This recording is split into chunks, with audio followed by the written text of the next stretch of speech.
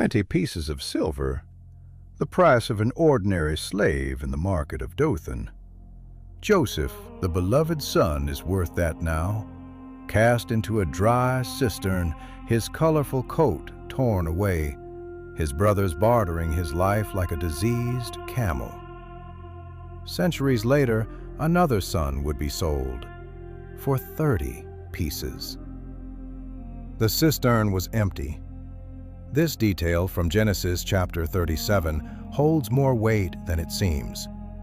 A dry cistern in the desert is a vertical tomb. Joseph's brothers knew this when they threw him in. The original intent was to let him die. Thirst, sun, despair. Reuben intervenes, but not out of compassion, out of fear. There's a brutal difference between killing with hands and killing by neglect. Cowards always prefer the latter. Israel, the father once called Jacob, had 12 sons but loved one above all. The long-sleeved coat he had made for Joseph was more than just a beautiful garment. In the ancient Near East, long sleeves meant you didn't have to work with your hands. It was a prince's robe, not a shepherd's.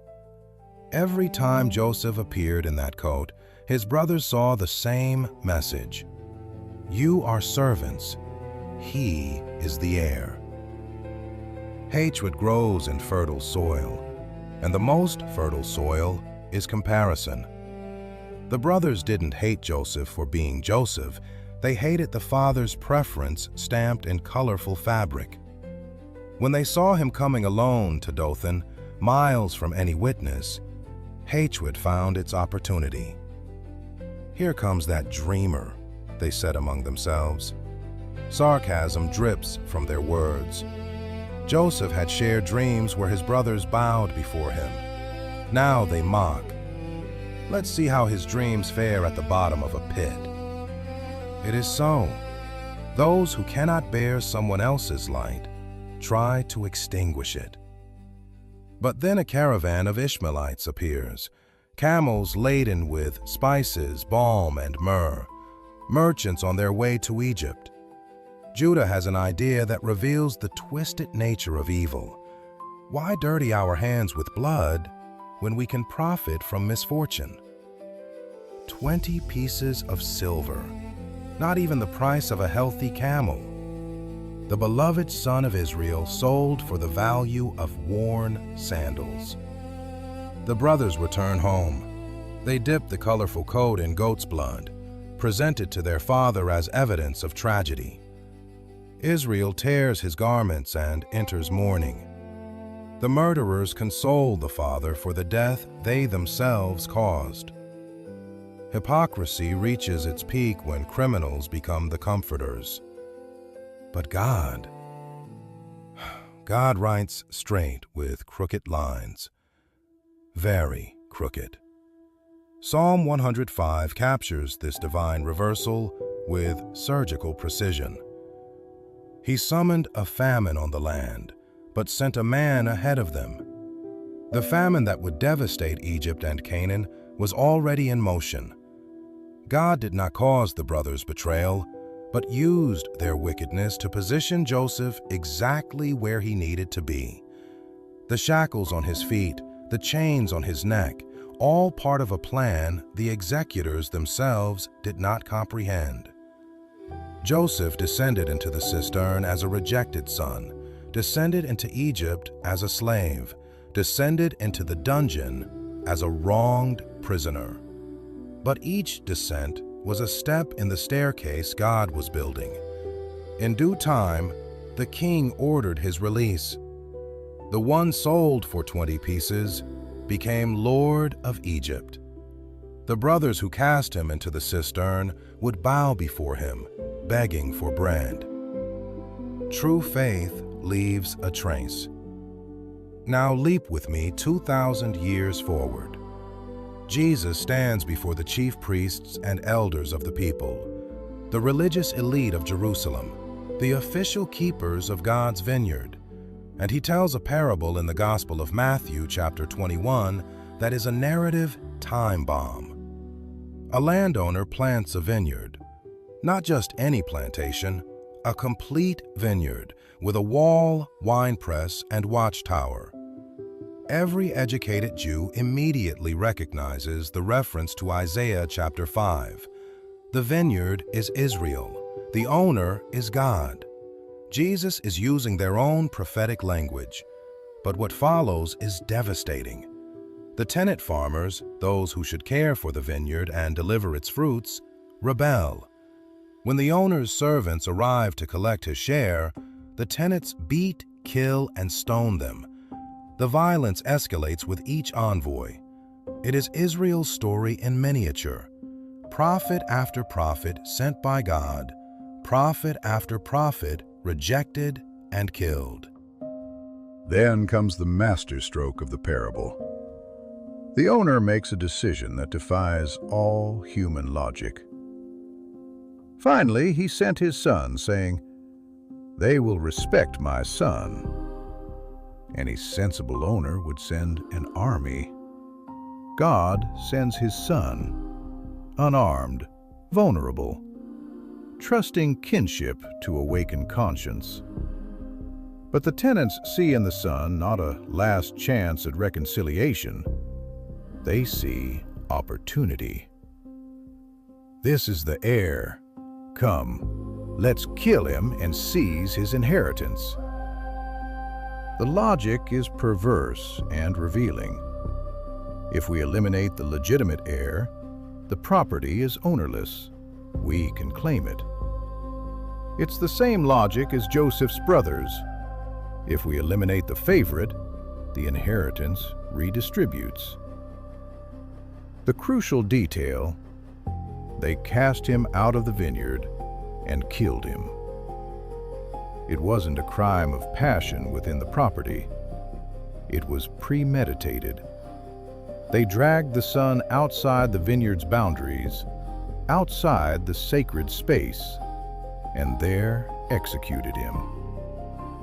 Jesus is prophesying his own death. Jerusalem had sacred boundaries.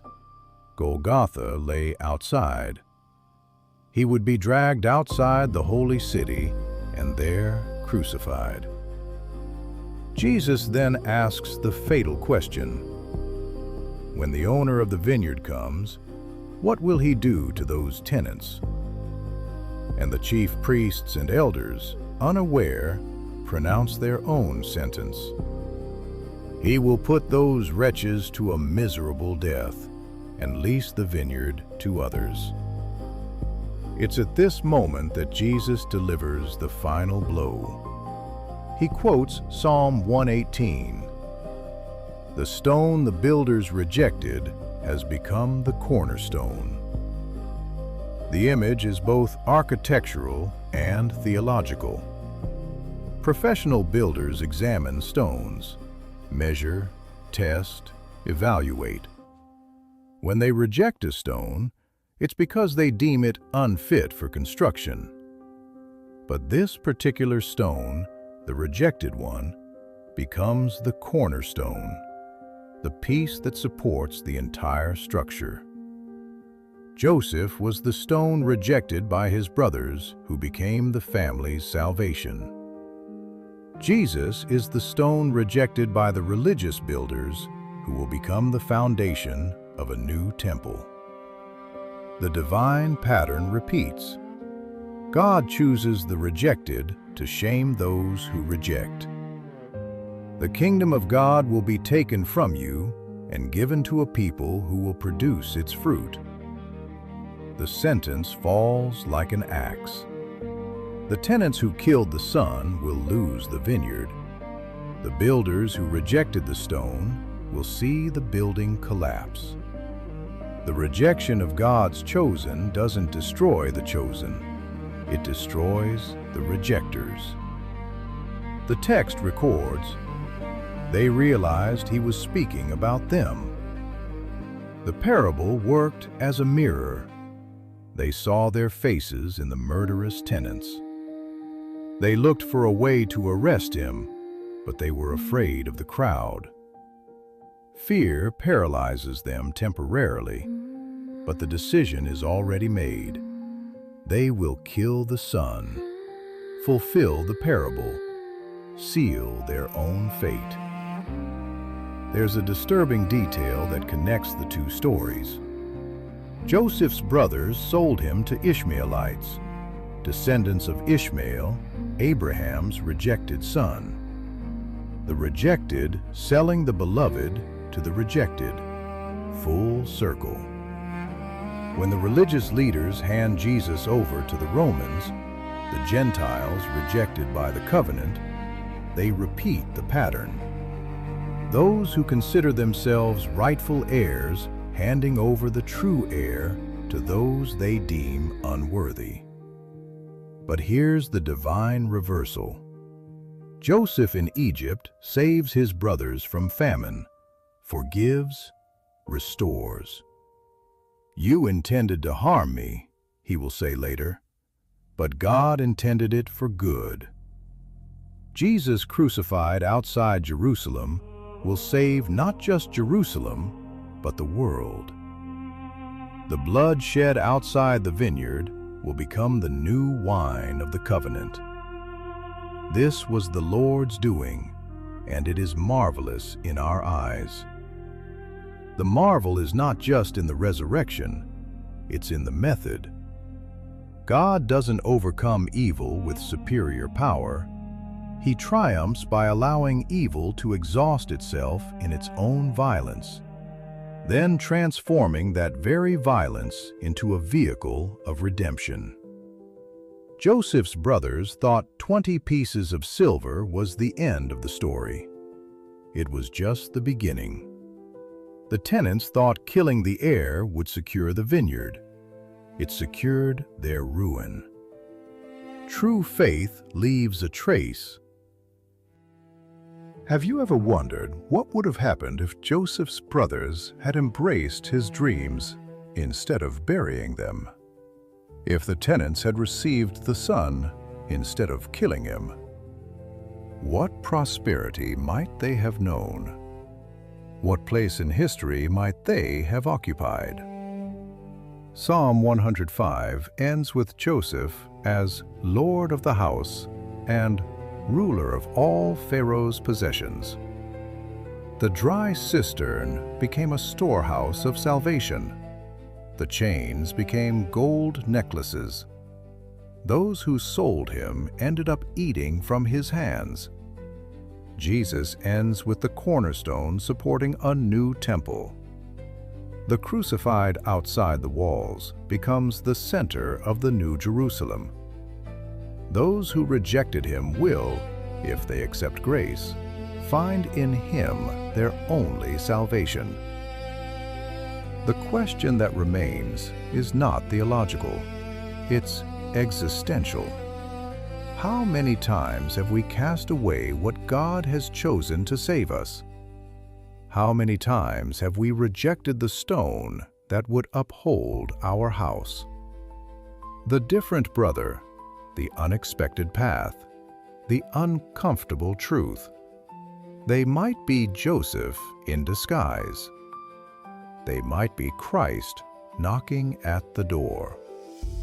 If this divine pattern of turning rejection into redemption resonates with something in your personal story, subscribe to the channel. This is what we explore here, how God writes straight on the crooked lines of human experience. The video appearing now delves deeper into this mystery of divine preference for the rejected. Who you cast into the cistern may be who God sent to pull you out. The stone you rejected may be the only one capable of sustaining your house when the storm comes. And it always comes. But when it comes, it finds that some foundations are indestructible. They were rejected, tested, approved. They became the cornerstone.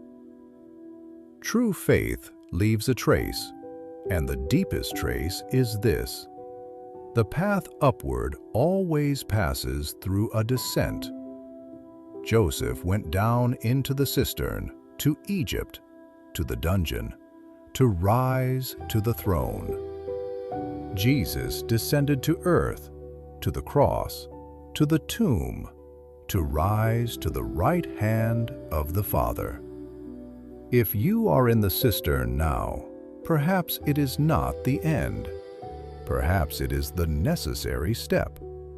Perhaps God is writing a story your brothers or your oppressors could never imagine. The last word is never from the cistern. The last word is always from the resurrection.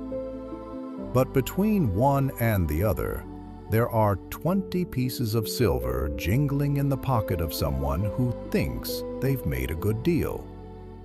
They have not. They sold their blessing for the price of worn sandals, and they will discover, too late, that the dreamer they despised was the only one with the bread for their hunger. If this reflection on how God transforms rejection into redemption touched something in you, click like and comment, what was the rejected stone in your life that became foundational? The answer might surprise even you.